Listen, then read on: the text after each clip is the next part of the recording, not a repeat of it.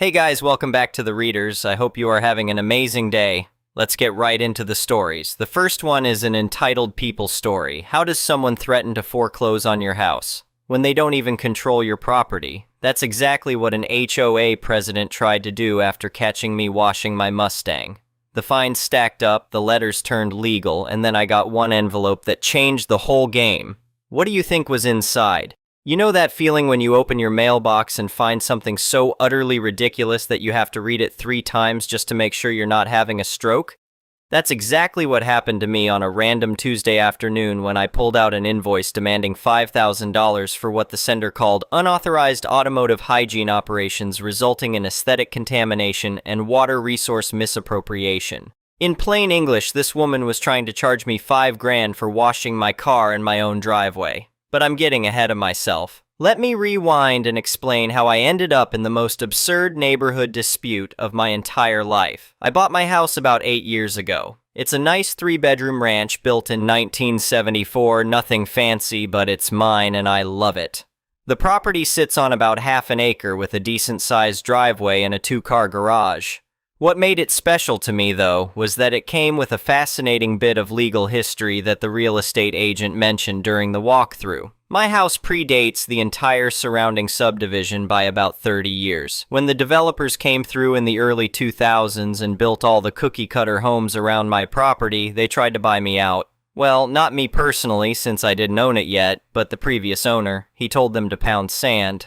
The result was that my property became what lawyers call a holdout parcel. I'm completely surrounded by an HOA-controlled subdivision, but my deed has absolutely nothing to do with their association. I'm like a little island of freedom in a sea of beige paint requirements and approved mailbox styles. This setup never caused me any problems for years. I waved to my neighbors, they waved back, and everyone minded their own business. Sure, some of the HOA folks gave me weird looks when I painted my front door red instead of the approved earth tones, but nobody said anything. I kept my lawn reasonably maintained and didn't do anything too crazy. My weekends usually involved working on my car. I'm what you might call a car enthusiast, though my wife says I'm obsessed. I drive a 1967 Mustang Fastback that I spent 3 years restoring. She's painted Highland green, just like the one from that old Steve McQueen movie, and she's my pride and joy. Every Saturday morning when the weather's decent, I'm out in my driveway with my wash set up, spending a couple of hours making sure she looks perfect. I've got the whole detailing routine down to a science.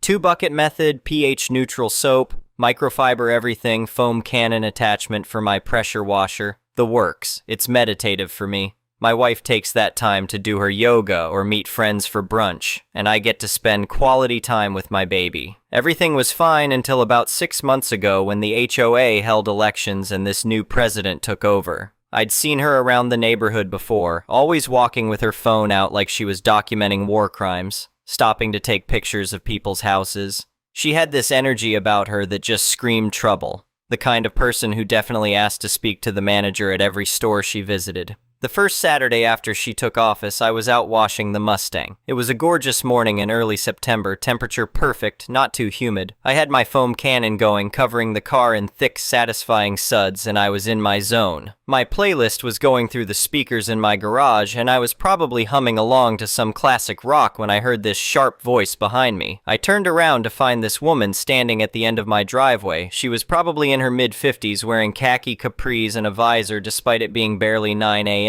But what really caught my attention was the clipboard she was holding like a weapon, and this laminated sheet of paper she kept waving at me. She didn't introduce herself or say hello. She just launched right into it, talking about how I was in clear violation of Section 4, Paragraph B of the HOA guidelines, which apparently prohibited washing vehicles in driveways because it compromised the aesthetic dignity of the community. She said aesthetic dignity. I'm not making that up.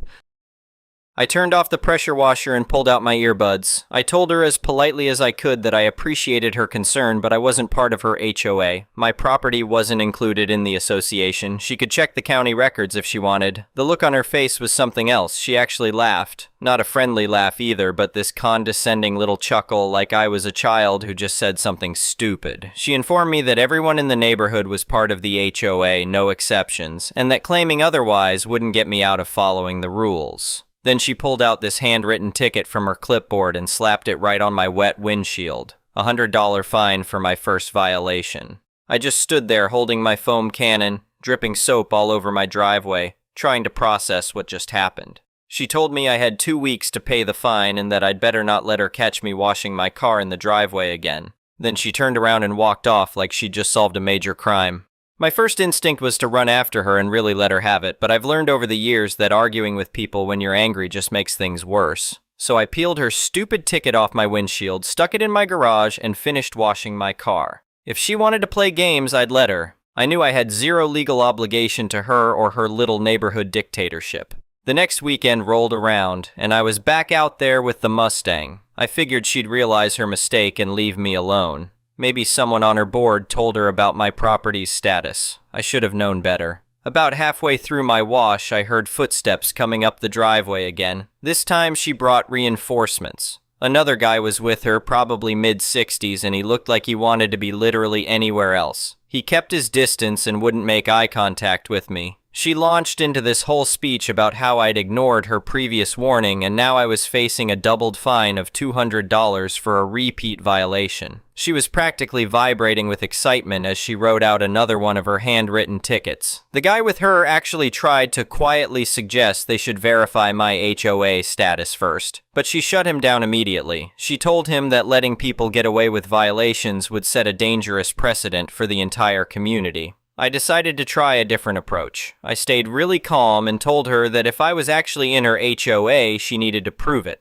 I wanted to see the official documentation showing my parcel number on their list of properties under HOA jurisdiction. I also wanted the exact rule citation and the official address list she was working from. She got this smug look on her face and said that ignorance of the bylaws wasn't an excuse. She promised that she'd bury me in paperwork and legal fees if I kept pushing back. The guy with her looked like he wanted the ground to swallow him whole. I just smiled, thanked her for stopping by, and went back to rinsing my car. That's when things really started to escalate. Over the next month, this woman became completely obsessed with me. I started getting these official-looking notices in my mailbox, all printed on fancy paper with the HOA logo at the top. Each one detailed my supposed violations and the mounting fines. 200 became 500, 500 became 1,000. Every single one referenced rules and bylaws that didn't apply to me. She sent some of these notices by certified mail, which meant I had to sign for them at the post office. The postal worker actually asked me if everything was okay because I kept coming in to sign for these HOA threats. I told her the whole story, and she just shook her head and said I wasn't the first person to have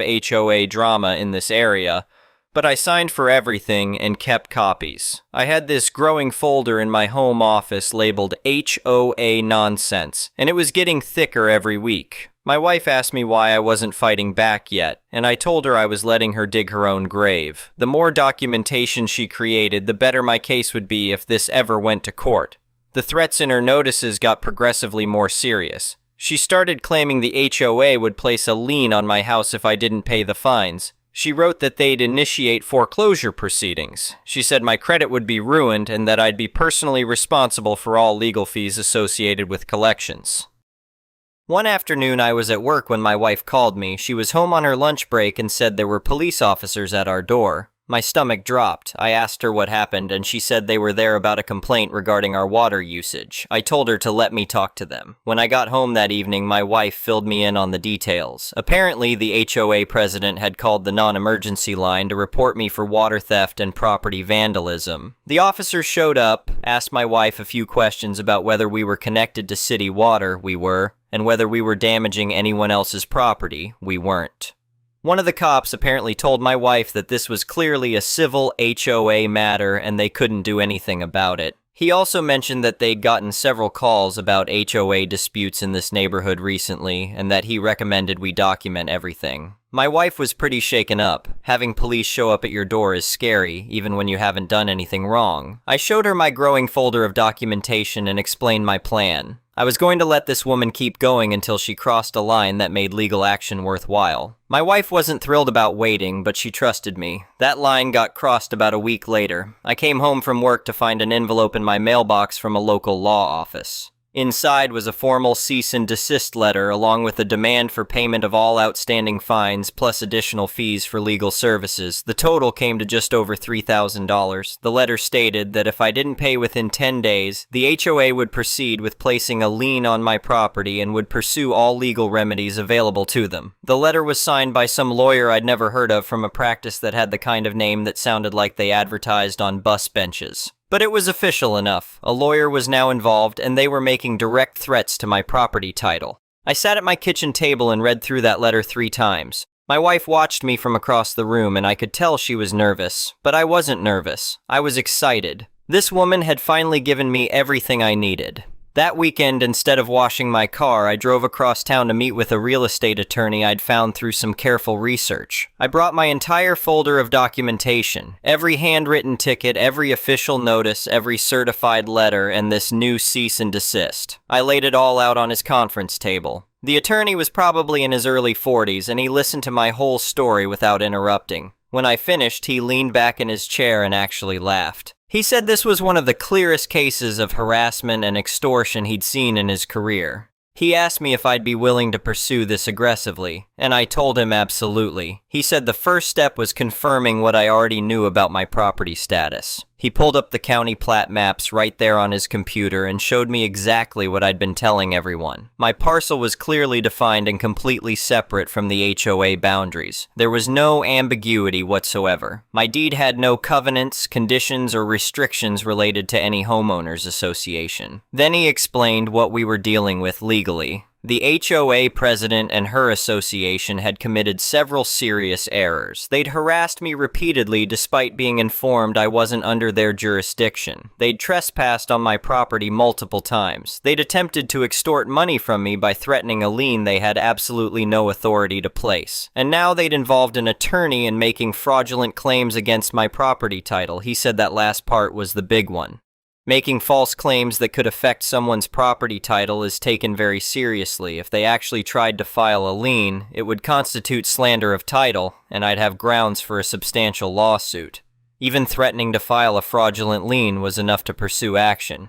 I asked him what he recommended, and he said we should send a response that was professionally devastating. We'd outline every mistake they'd made, cite the relevant laws they'd broken, and demand 3 things. First, a written apology. Second, complete retraction of all fines and threats. Third, payment of my legal fees to avoid a lawsuit that would likely bankrupt their entire association. He quoted me $2,500 for his services, which included researching my property status, drafting the response letter, and handling any follow-up that might be necessary. I wrote him a check on the spot.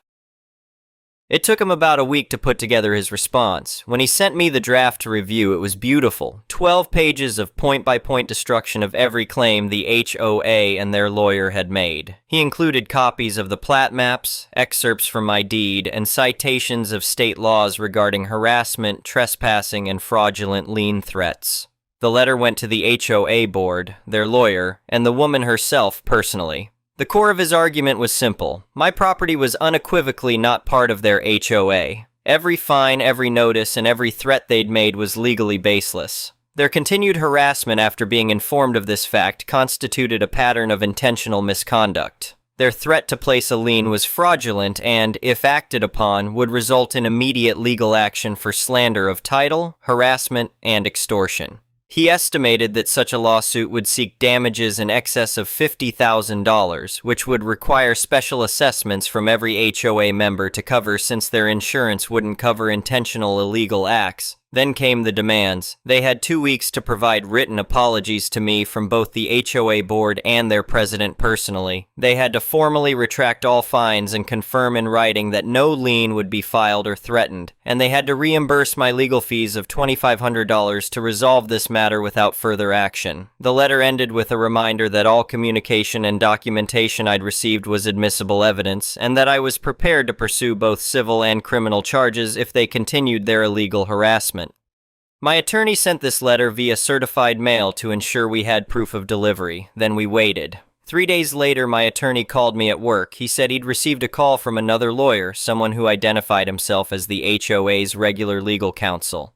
This wasn't the bus bench guy who sent me the cease and desist. This was apparently a firm they kept on retainer for actual legal matters. The HOA's real lawyer had some questions. He wanted to confirm the property details my attorney had cited. He wanted to know if I was serious about pursuing litigation. My attorney answered his questions professionally and confirmed that yes, I was absolutely prepared to file suit if this wasn't resolved immediately. The HOA lawyer said he needed a few days to review the situation with his clients. My attorney told him that was fine, but the 2-week deadline stood. If we didn't receive their compliance by then, we'd proceed with filing. I went back to my regular routine. I went to work, came home, spent time with my wife. And yes, that Saturday I washed my Mustang in my driveway. Nobody came to bother me. About a week after my attorney sent his letter, I got a phone call from a number I didn't recognize. I almost didn't answer, but something made me pick up. It was a man who identified himself as the new acting president of the HOA. He sounded exhausted. He told me there had been an emergency board meeting. The board's attorney had reviewed all the documentation and confirmed that my property was not part of the association. He said the previous president had never checked the property boundaries before targeting me, and that her actions had put the entire HOA at serious legal and financial risk. The board had voted unanimously to remove her from her position immediately.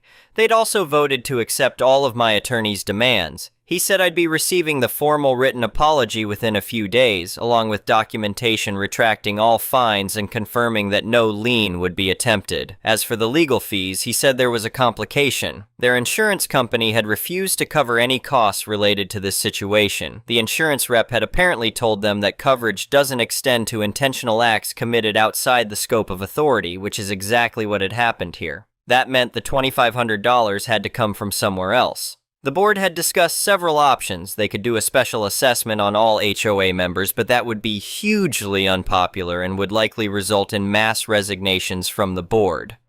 They could drain their reserve fund, but that was meant for actual community maintenance and emergencies. Or they could require the person who caused this mess to pay personally. They went with option 3. The former president was being held personally liable for my legal fees. The board had given her the choice of either paying the money herself or facing a lawsuit from the HOA for the damages her actions caused. She chose to pay. The acting president apologized profusely. He said the entire board was mortified by what had happened and that they'd be implementing new procedures to prevent anything like this from happening again. He asked if there was anything else they could do to make this right. I told him the apology was enough and that I hoped this would be the end of it. He assured me it would be. 4 days later, a thick envelope arrived in my mailbox. Inside was a formal letter from the HOA board, printed on their official stationery, apologizing for the harassment and confirming that all previous fines and threats were fully retracted. They acknowledged that my property was not part of their association and that I had no obligations to them whatsoever. They stated that any future communication between us would only occur if I initiated it. There was also a personal letter from the former president. It was brief and clearly written under duress. She apologized for her actions and confirmed she understood my property was not under HOA jurisdiction. The tone was bitter and resentful, but it was an apology nonetheless. And there was a check for $2,500 signed by her personally. I took a photo of that check before depositing it. My wife suggested we frame it, but I figured that was a bit too petty even for me. The attorney called me a few days later to confirm everything had been received and to ask if I was satisfied with the resolution. I told him I was. He said he'd keep my file active for another 6 months just in case they tried anything else, but he doubted they would. This kind of mess tends to make people very careful about following the rules going forward. My wife wanted to celebrate, so we went out for a nice dinner that weekend. She toasted to my victory over neighborhood tyranny, and I toasted to the importance of keeping good records. We laughed about the whole ridiculous situation and about how this woman had literally paid me $2,500 to learn a lesson about checking property boundaries before threatening people. Life went back to normal after that. I continued my Saturday morning car washing routine without any interruptions. My neighbors who were actually in the HOA would occasionally wave or give me a thumbs up as they walked by. I got the impression that the former president hadn't been popular even before this whole mess, and her removal wasn't exactly mourned by the community. I saw her a few times over the following months. She'd walk by on the opposite side of the street, eyes down, refusing to acknowledge my existence. The first time it happened, I was in my driveway with the foam cannon out, and she practically speed walked past my house. I might have waved at her with my soapy mitt. My wife said I was being childish, but come on. After everything she put me through, I earned one petty wave. The new HOA leadership seemed to be doing a decent job. They were way less aggressive about enforcement, and I heard through conversations with neighbors that they'd actually revised some of their more ridiculous rules. No more prohibition on driveway car washing for the people who actually were in the HOA. Funny how that worked out. My attorney sent me a final letter about 7 months after everything concluded. He said the 6-month monitoring period was over, there had been no further issues, and he was officially closing my case. He thanked me for my business and said to call him if I ever needed anything else. He also mentioned that he'd had 2 other clients in similar situations with HOAs, and my case had given him some useful precedents to work with. Apparently, I wasn't the only person dealing with overzealous HOA enforcement. The whole experience taught me something valuable about dealing with unreasonable people. Sometimes the best strategy isn't to fight back immediately or to escalate things yourself. Sometimes you just need to let them keep going, keep documenting everything, and wait for them to cross a line that gives you real legal leverage. If I'd gotten into a screaming match with her that first day, or if I'd tried to physically remove her from my property, I'd have been the one looking like the problem. Instead, I stayed calm, collected evidence, and let her actions speak for themselves. I also learned that there are consequences for people who abuse whatever small amount of power they're given. This woman thought she was untouchable because she had a title and a clipboard. She thought she could intimidate people into compliance by throwing around threats and fines. She never bothered to check whether she actually had the authority to do what she was doing, and she paid the price for that, literally. The part that still makes me laugh is thinking about the moment when her board's actual attorney sat her down and explained how badly she'd messed up. When he told her that she'd harassed someone outside their jurisdiction, made fraudulent threats about placing a lien, and created a paper trail of evidence that could have resulted in a massive lawsuit. When he told her that their insurance wouldn't cover it and that she was personally on the hook for the damages. That must have been a really bad day for her. But honestly, I don't feel too bad about it. She came onto my property uninvited, multiple times. She harassed me for months. She tried to extort thousands of dollars from me using threats she had no legal authority to make. She called the police on me for washing my car. She deserved every bit of what happened to her. My Saturday morning routine is peaceful again now. I roll the Mustang out of the garage, set up my buckets and foam cannon, put on my music, and spend a couple hours making her shine. My neighbors in the HOA wash their cars in their driveways now too, which is nice to see. The whole neighborhood feels more relaxed without someone patrolling around looking for violations. Every now and then someone new moves into the subdivision and they'll stop by to chat while I'm working on the car. They'll mention they're in the HOA and ask if I am too. I tell them the story, usually a condensed version, and they always get this look of disbelief. Most people can't imagine someone being that aggressive over something so minor, but I've got the documentation to prove it all happened. The Mustang is running great, by the way. She just rolled over 70,000 miles on her rebuilt odometer, and she purrs like a kitten. All that careful washing and maintenance keeps her looking showroom fresh. Sometimes I think about how this whole mess started because I take care of my property and my car. How someone saw me doing something completely normal and legal and decided it was a problem that needed to be fixed. I guess some people just can't stand to see someone else living their life without asking permission first. They see independence as a challenge to their authority, even when they don't actually have any authority. Those people need to learn that there are limits to what they can control, and sometimes those lessons are expensive. The check from her was probably the most satisfying $2,500 I've ever received. Not because I needed the money, but because of what it represented. It was proof that you can't just bully people and expect no consequences. It was proof that keeping your cool and documenting everything is more effective than yelling or fighting. And it was proof that sometimes the best way to deal with someone digging themselves into a hole is to just hand them a bigger shovel and get out of the way. So that's my story about the HOA president who tried to fine me for washing my car, completely unaware that I wasn't even in her HOA. She learned the hard way that you should probably check basic facts like property boundaries before you threaten to foreclose on someone's house. And I learned that patience, documentation, and a good attorney can beat aggressive stupidity every single time.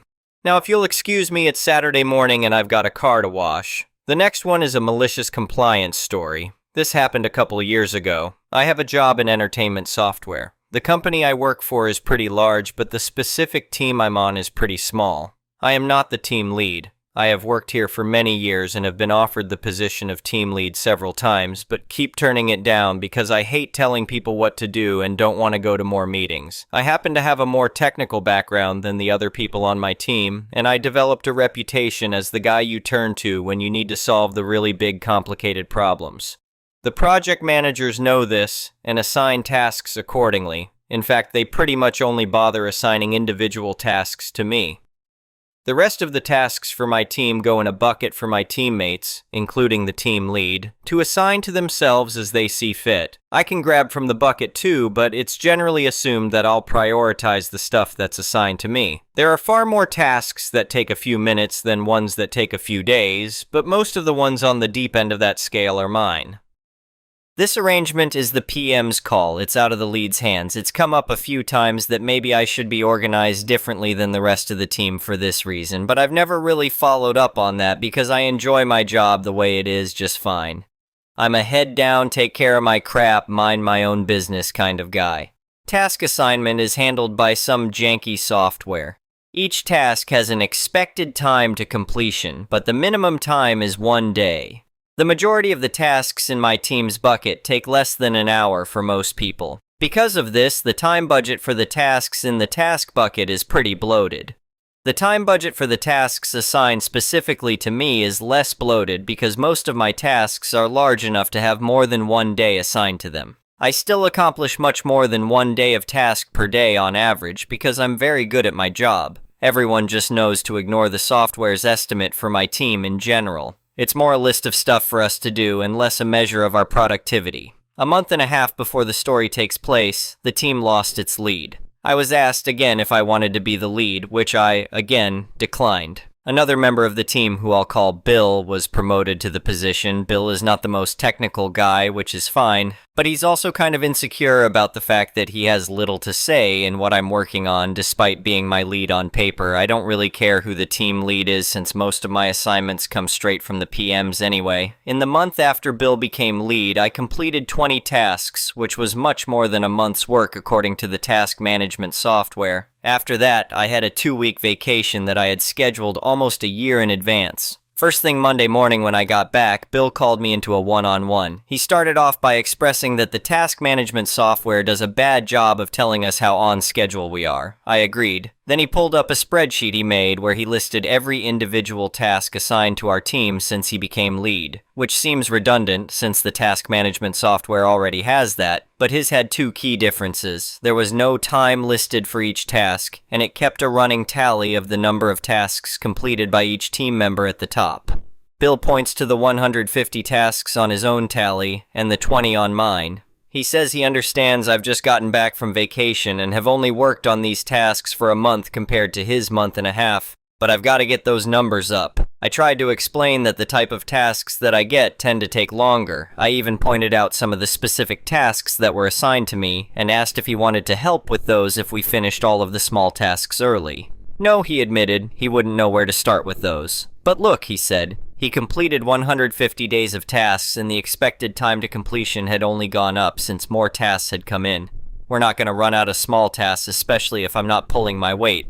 I need to do at least 3 tasks a day, or I'd get put on a PIP. It was at that point that I start actually looking at the tasks that he'd completed, and my first thought is, you've had a month and a half and you've only done 150 of these. These are 5-minute jobs. What's more, the other members of the team are around the 70 to 120 range, but they have more tasks that seem like they'd take a few hours to complete. Even worse, if you list the tasks alphabetically, like the bucket does, you can see that he's taken groups of small ones from the list and skipped any of the larger ones. It's almost like Bill has been grabbing the easiest, fastest tasks from the bucket, and then claiming that means he's more productive. Well, if Bill wants to claim that success is measured in how many tasks like this someone can do, he shouldn't have brought these rookie numbers. So here's where the malicious compliance begins. Immediately after the meeting, I scroll to a random spot in Bill's spreadsheet. There's a bunch of tasks clustered together that I can knock out in the same script file. After burning through those, I jump down the list to knock out another cluster of tasks that I know I can solve in a similar way to the first ones.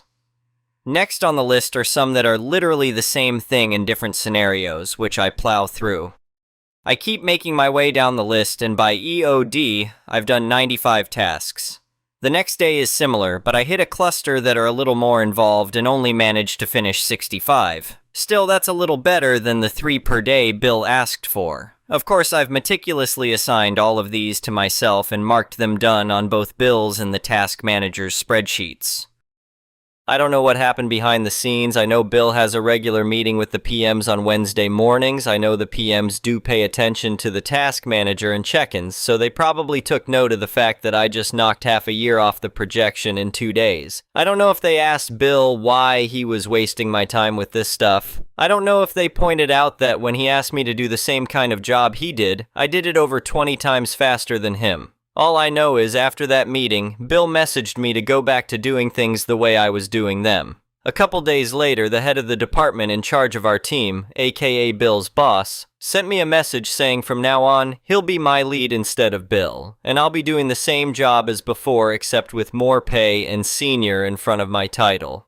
The next one is an entitled people story. Well, not really, but I did have to pee in a cup. So it's been a long weekend. My 2 sons and I were helping my daughter move. It was a nice and warm weekend, and so on our last load to her house, I decided to treat the crew and myself to some Slurpees from the local 7-Eleven.